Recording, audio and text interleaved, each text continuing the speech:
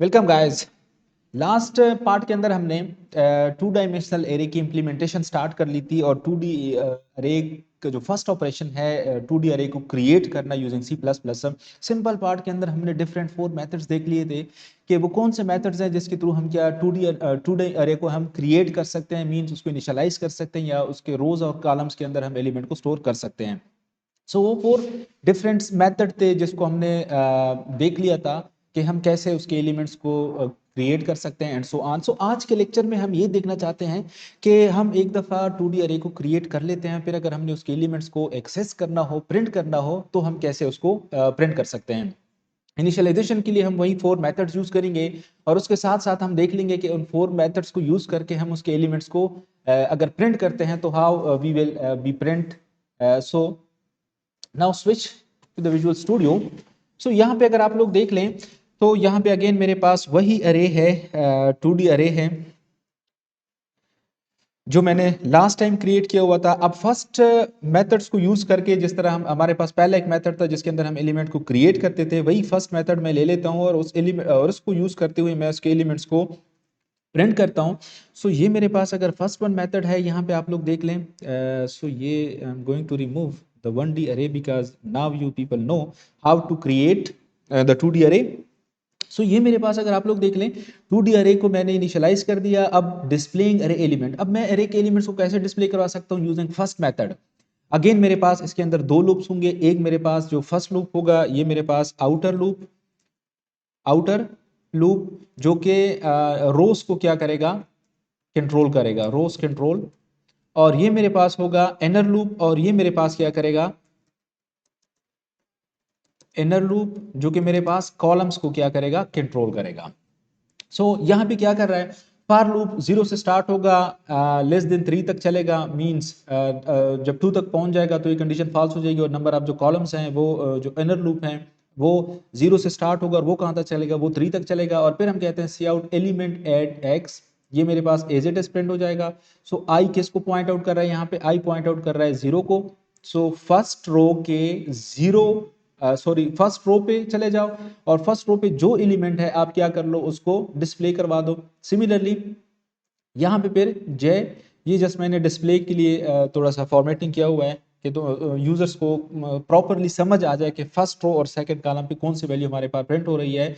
और फिर सी out two dimensional अरे आई और जय।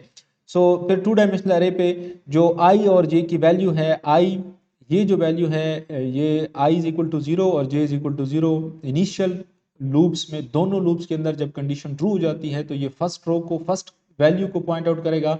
तो यहाँ पे वो क्या करेगा, जो फर्स्ट वैल्यू है वो हमारे पास क्या करके देगा, प्रिंट करके देगा। सो अगर इसको मैं रन कर लूँ, सो आप लोग देख लें कि जो हमारे पास फर्स्ट डी अरे के अंदर या टू डी अरे के अंदर हमने जितने एलिमेंट्स परफॉर्म किए हुए थे या स्टोर किए हुए थे, तो वो मेरे पास यहाँ पे देख लें एलिमेंट्स एट एक्स 0 और 1, 0 रो और 0 कॉलम पे वैल्यू 0 थी, उसने प्रिंट कर दी। फिर 0 रो और फर्स्ट कॉलम पे, फिर 0 रो और सेकंड कॉलम पे, फिर 0 रो और थर्ड कॉलम पे एंड सो ऑन। सो ये दिखाने का, ये बताने का मकसद ये था कि ये जो मेरे पास है यहाँ से, ये मेरे पास आउटर लूप चला है एक दफा और फिर ये 3 दफा मेरे पास चला है इनर लूप। सिमिलरली ये मेरे पास आउटर लूप चला है 1 टाइम्स और ये फिर इनर लूप चला है 3 टाइम्स और ये आउटर लूप चला है 1 टाइम्स और इनर लूप चला है 3 टाइम्स। सो आउटर लूप के एक इटरेशन के लिए इनर लूप कितनी दफा चल रहा है, ये मेरे पास 4 टाइम्स चल रहा है। सो जैसे ही ये एक दफा चला, ये क्या चला, ये इनर लूप 4 दफा चलेगा और जो चारों कॉलम्स हैं, चारों कॉलम्स की पहली वैल्यू जो है वो सिंपली मुझे क्या करके देगा, प्रिंट करके देगा। सो ये तो मेरे पास फर्स्ट मेथड के लिए था। अगर मेरे पास सेकंड मेथड के थ्रू मैं अरे को इनिशियलाइज करता हूं तो वो मेरे पास कैसे प्रिंट करके देगा, लेट्स सी।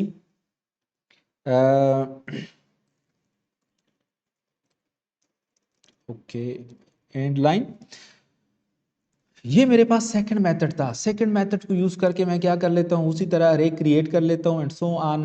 और फिर सेकंड मेथड को यूज करके अगेन मेरे पास वही चीज है।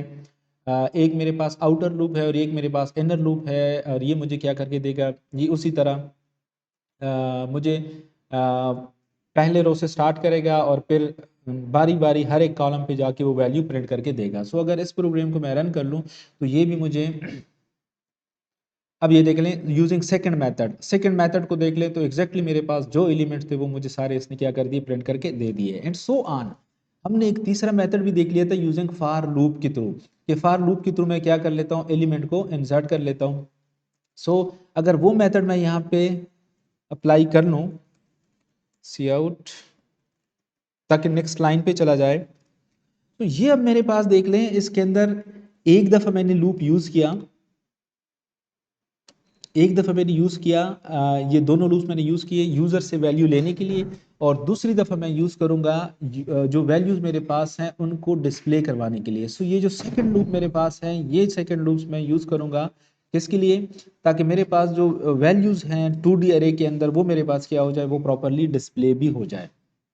सो अगर इस प्रोग्राम को मैं प्रॉपरली थोड़ा सा रन कर लूँ,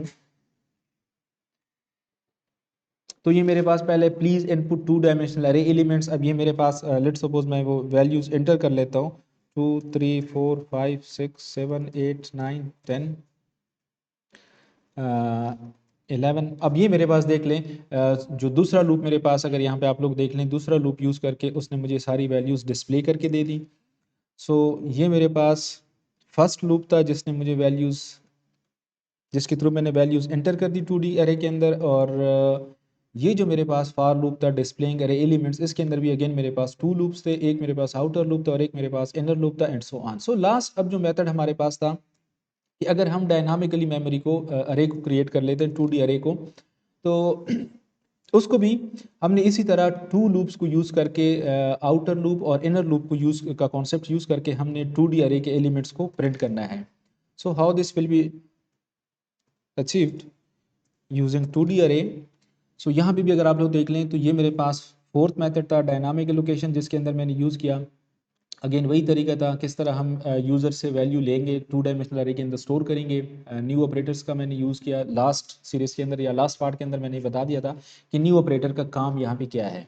तो अब जब मैं डिस्प्ले कर लूँगा, तो डिस्प्ले के लिए भी मेरे पास अगेन कॉन्सेप्ट यूज़ होगा 2 लूप्स का, एक आउटर लूप और एक इनर लूप का। और आउटर लूप जो मेरे पास होगा वो नंबर ऑफ रोज को कंट्रोल करेगा, और जो इनर लूप होगा वो मेरे पास नंबर ऑफ कॉलम्स को कंट्रोल करेगा। कीप इन माइंड, जब मैं एलिमेंट्स को डिस्प्ले करूंगा there is no need to write new operator और etcetera. Why? Because new operator को मैं यूज़ करूंगा तब जब मैंने क्या करना होगा, अरे को क्रिएट करना होगा, अरे को डायनामिकली मैंने एड्रेसेस असाइन करने होंगे। जब एक दफ़ा अरे के पास मेमोरी एड्रेसेस रिजर्व हो गए, जब मैं डिस्प्ले करूंगा तो वो तो ऑलरेडी फर्स्ट पार्ट के अंदर, यहाँ पे अगर आप लोग देख लें, यहाँ पे ऑलरेडी अरे के अंदर एलिमेंट स्टोर हो चुके हैं। सो पॉइंटर का कॉन्सेप्ट्स और न्यू का कॉन्सेप्ट्स ये रिलेटेड है जब आप अरे के अंदर एलिमेंट को इंसर्ट करते हैं, स्टोर करते हैं। जब आप डिस्प्ले करेंगे there is no need to write, simply आप अरे का नाम लिख लें और सिंपली डिस्प्ले कर दें। सो इस पार्ट के अंदर हमने जस्ट ये देख लिया कि अगर हमने 2D अरे के अंदर एलिमेंट्स को इंसर्ट कर लिया है पहले से, तो अगर हम उन एलिमेंट्स को प्रिंट करना चाहते हैं तो वो हम कैसे प्रिंट करेंगे। होपफुली नेक्स्ट पार्ट के अंदर अगर हमने इन एलिमेंट्स को किसी पर्टिकुलर ऑर्डर के अंदर करना है, या हमने किसी पर्टिकुलर लोकेशंस पे एलिमेंट्स को इंसर्ट करना हो, सर्च करना हो या डिलीट करना हो, how this will be done, इंशाल्लाह we will perform in next part. Okay, thank you.